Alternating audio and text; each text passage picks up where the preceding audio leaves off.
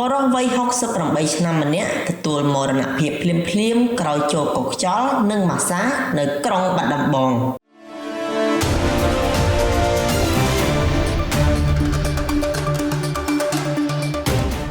ខេត្តបាត់ដំបងមានការភ្ញាក់ផ្អើលមួយបង្កើតឡើងកាលពីវេលាម៉ោង 8 យប់និងថ្ងៃទី 29 ខែមីនាឆ្នាំ 2026 បន្ទាប់ពីបរិសុទ្ធវ័យចំណាស់ម្នាក់ចោលស្លាប់នៅក្នុងហាងម៉ាស្សាមួយកន្លែងស្ថិតនៅក្នុងភូមិអូតាគំ2សង្កាត់ទួលតាឯកក្រុងបាត់ដំបងដែលសមត្ថកិច្ចសង្ស័យថាបណ្ដាលមកពីអាការៈទាំងបេះដូងជនរងគ្រោះឈ្មោះថោងពេងអាយុ68ឆ្នាំមានទីលំនៅភូមិខ្វិតឃុំត្បែងខ្ពស់ស្រុកឯកភ្នំសពត្រូវបានរកឃើញនៅលើគ្រែក្នុងហាងម៉ាស្សាយីហោអាធាដោយមានស្លាកស្នាមកោសជប់ពោពេញទៅដោយរាងកាយការបំភ្លឺពីម្ចាស់ហាងអ្នកស្រីហេងធីអាយុ45ឆ្នាំជាម្ចាស់ទីតាំងបានរៀបរាប់ថាជនរងគ្រោះបានមកដល់ហាងនៅម៉ោងប្រមាណ 5:20 នាទីល្ងាចដើម្បីរកសេវាកោសខ្យល់ក្រោយពេលអ្នកប្រើប្រាស់ម៉ាស្សានិងកោសជប់អស់រយៈពេលជិត1ម៉ោងស្រាប់តែភ្ញៀវមានអាការៈខុសប្លែកពីធម្មតាដោយងើបមិនរួចថ្ងៃទី 29 ខែមីនាឆ្នាំ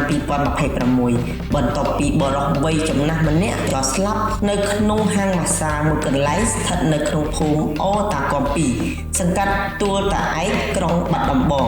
ដែលសមត្ថកិច្ចសង្ស័យថាបណ្ដាលមកពីអាការៈទាំងបេះដូងជនរងគ្រោះឈ្មោះថោងពេងអាយុ68ឆ្នាំមានទីលំនៅភូមិខ្វិតឃុំត្បែងខ្ពស់ស្រុកឯកភ្នំសពត្រូវបានរកឃើញនៅលើគ្រែក្នុងហាងម៉ាស្សាយីហោអាធាដោយមានស្លាកស្នាមកោសជប់ពោពេញទៅដោយរាងកាយការបំភ្លឺពីម្ចាស់ហាងអ្នកស្រីហេងធីអាយុ45ឆ្នាំជាម្ចាស់ទីតាំងបានរៀបរាប់ថាជនរងគ្រោះបានមកដល់ហាងនៅម៉ោងប្រមាណ 5:20 នាទីល្ងាចដើម្បីរកសេវាកោសខ្យល់ក្រោយពេលអ្នកប្រើប្រាស់ម៉ាស្សា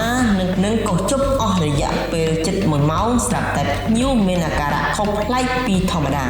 ដោយងើបមិនរួចរាកនោមដាក់ខោនិងបញ្ឈរភ្នែកទោះបីជាមានការស្រែកហៅឲ្យគេជួយយ៉ាងណាក៏ដោយក៏បរិសុទ្ធរូបនេះបានដេកខ្យល់ស្លាប់ភ្លាមៗតែម្ដងលោកប៊ិចសារ៉ែនអធិការនគរបាលក្រុងបាត់ដំបងបានបញ្ជាក់ថាក្រោយពីកម្លាំងជំនាញបានចុះត្រួតពិនិត្យសពនិងសាកសួរពីម្ចាស់ហាងលំអិតគឺមិនមានសញ្ញាណនៃអំពើឃាតកម្មនោះទេម្ចាស់ហាងបានអះអាងថាខ្លួនពិតជាបានត្រឹមតែផ្ដល់សេវាម៉ាស្សានិងកោសជប់ធម្មតាប៉ុណ្ណោះឯតាមលទ្ធផលនៃការធ្វើកសោបវិច័យនិងសក្ខីយកម្មនៅកន្លែងកើតហេតុមន្ត្រីបច្ចេកទេសបានសន្និដ្ឋានថាជនរងគ្រោះបានស្លាប់ដោយសារកាក់បេះដូងឬខ្យល់ក